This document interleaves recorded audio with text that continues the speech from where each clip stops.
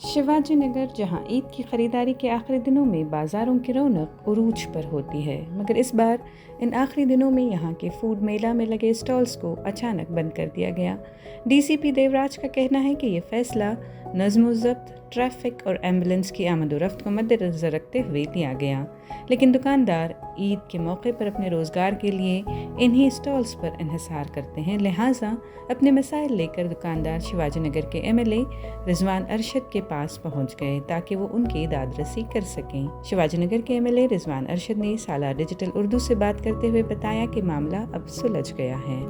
उतना बड़ा मामला है नहीं, पुलिस का एक्शन था थोड़ा डिसिप्लिन के लिए, वहाँ पे मूवमेंट ऑफ व्हीकल्स के लिए थोड़ी जगह डिसिप्लिन के साथ छोड़ने के लिए जी पुलिस का एक्शन हुआ था। उसके बाद बात करके उन लोगों को भी समझाया है जी कि जी थोड़ा डिसिप्लिन के साथ करिए, साइड में रोड में लोगों को जाने के लिए, व्हीकल्स के लिए जगह भी तो होनी चाहिए, जी जी। बाकी सफाई का इंतजाम रखकर हम्म करिए।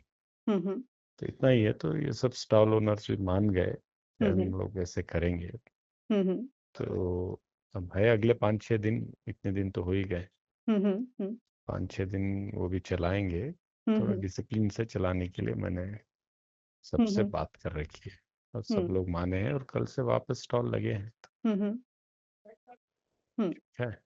ठीक है। तो सर, शिवाजी नगर जैसा कि आप जानते हैं कि हमेशा से जो है ईद फेस्टिविटीज का हब रहा है, तो इसके हम्म बावजूद इस तरह की इनकन्वीनियंसेस क्यों, मतलब कैसे इसको एड्रेस कर सकते हैं सब ताकि आइंदा इन चीजों को हम तो जो। वक्त बहुत हिदायत देते रहते हैं, लेकिन उन लोगों को भी समझ कर करना चाहिए, ताकि सफाई का इंतजाम जी जी और थोड़ा डिसिप्लिन के साथ लोगों को मूवमेंट, व्हीकल मूवमेंट्स वगैरह करने के लिए जी उतना करेंगे तो काफी है, मुझे लगता जी। है।